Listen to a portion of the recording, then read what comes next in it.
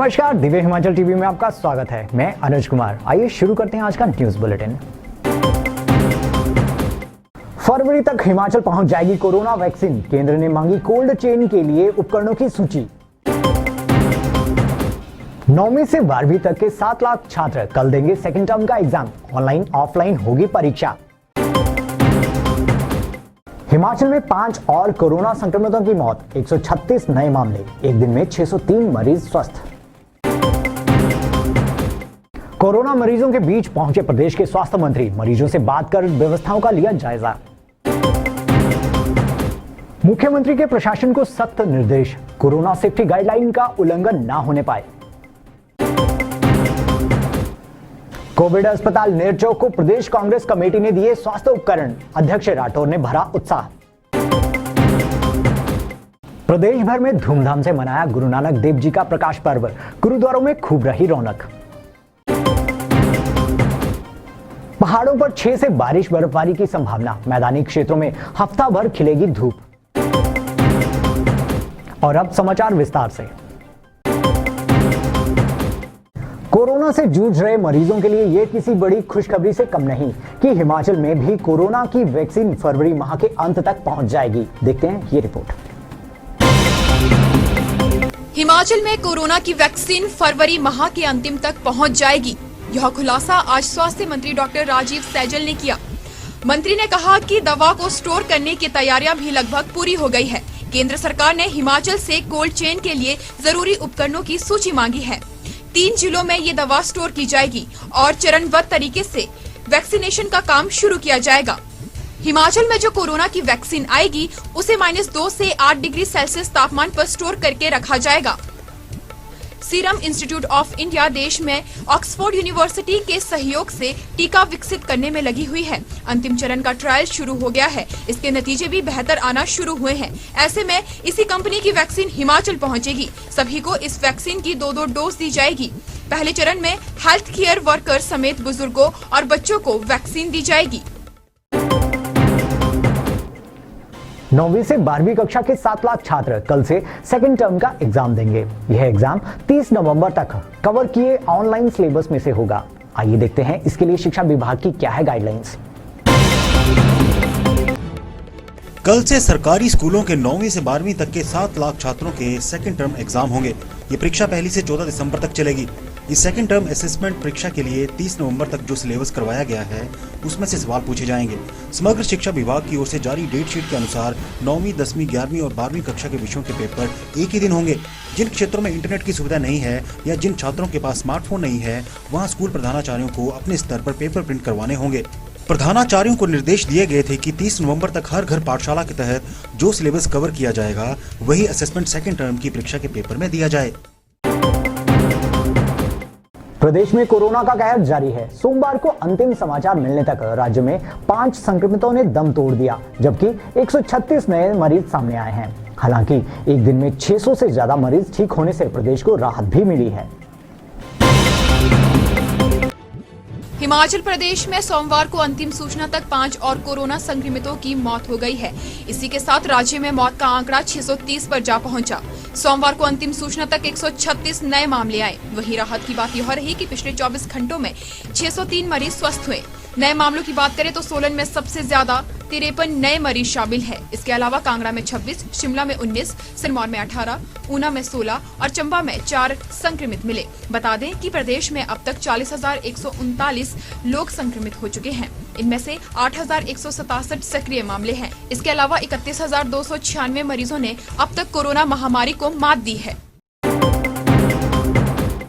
स्वास्थ्य मंत्री राजीव सैजल ने आज एक सराहनीय पहल करते हुए आईजीएमसी शिमला के कोविड सेंटर का दौरा किया। कोरोना मरीजों के बीच पहुंचे हेल्थ मिनिस्टर ने सभी का हालचाल जाना और वहां व्यवस्थाओं का भी जायजा लिया। आइए देखते हैं ये रिपोर्ट।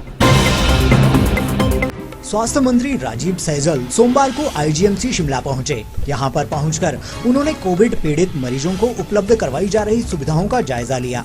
स्वास्थ्य मंत्री पीपीई किट पहनकर वार्डों के अंदर पहुंचे और यहां एडमिट मरीजों से उनका हालचाल पूछा। इसके अलावा उनके साथ आईजीएमसी के वरिष्ठ डॉक्टर भी मौजूद रहे।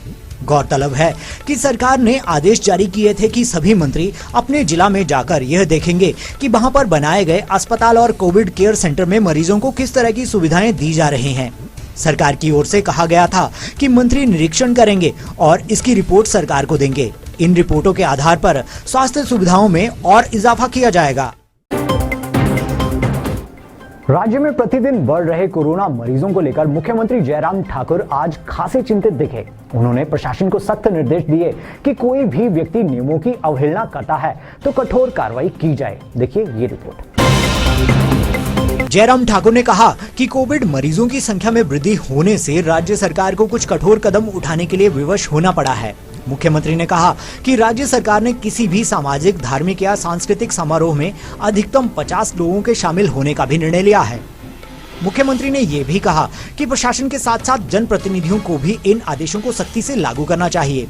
सरकार ने सार्वजनिक स्थानों पर मास्क का प्रयोग नहीं करने वाले लोगों पर 1000 रुपए का जुर्माना लगाने का निर्णय लिया है। उन्होंने प्रशासन को निर्देश दिए हैं कि यह सुनिश्चित किया जाए कि इस वायरस को फैलने से रोकने के लिए कोई भी सरकार द्वारा लगाए गए प्रतिबंधों का उल्लंघन ना करे। अभी हाल ही में हमने जो पूरा स्टडी किया, पूरा अध्ययन किया, उसमें ये पाया गया है कि हिमाचल प्रदेश में जितने भी मामले बढ़े हैं उसमें सबसे ज्यादा कंट्रीब्यूशन, लगभग 80% कंट्रीब्यूशन जो हमारे इस प्रकार के समारोह हो रहे हैं, सामाजिक समारोह, धार्मिक समारोह हो रहे हैं, उनकी वजह से हुए हैं और जिसमें शादियां प्रमुख रूप से हैं। और ऐसी परिस्थिति में हम सब लोगों को ये सोचने पर विवश होना पड़ रहा है। ऐसी एक नहीं, अनेक जगह इस प्रकार की घटना हुई जहां एक शादी में 50 लोग, 60 लोग और इससे भी ज्यादा लोग संक्रमित होकर के या पूरा गांव का गांव भी संक्रमित हुआ है। और इसलिए जब शुरू के दौर की परिस्थिति थी, जब वायरस बाहर से आ रहा था, हमने बहुत सख्ती की और बॉर्डर पर रोक करके लोगों के टेस्ट भी करवाए। लोगों के टेस्ट करवाने के साथ साथ में उनको क्वारंटीन भी किया। वो एक तरीका था।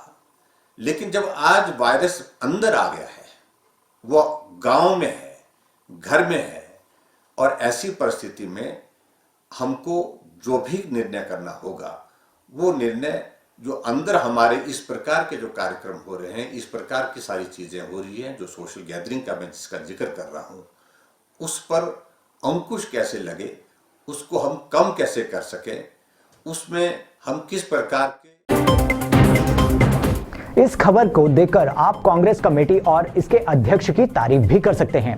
आज अध्यक्ष कुलदीप सिंह राठौर की अगुवाई में मेडिकल कॉलेज नेरचौक में कोविड मरीजों की ठीक देखभाल के लिए उपकरण बांटे गए। देखते हैं ये रिपोर्ट। प्रदेश कांग्रेस कमेटी ने आज नेरचौक मेडिकल कॉलेज को उपकरण भेंट किए।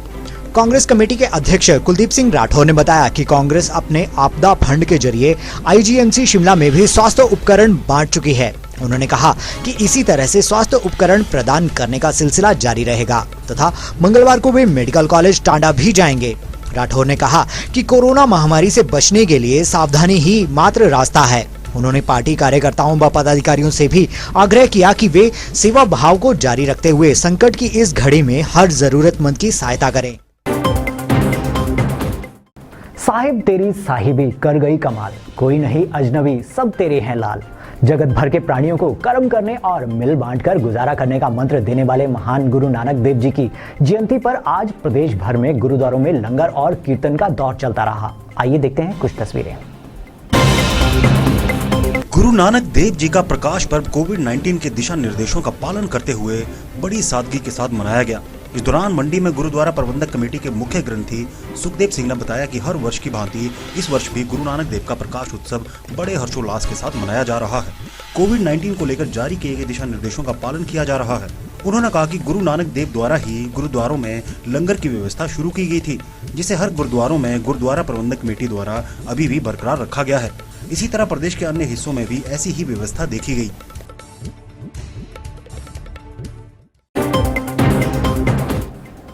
और आइए अब बात करते हैं मौसम की।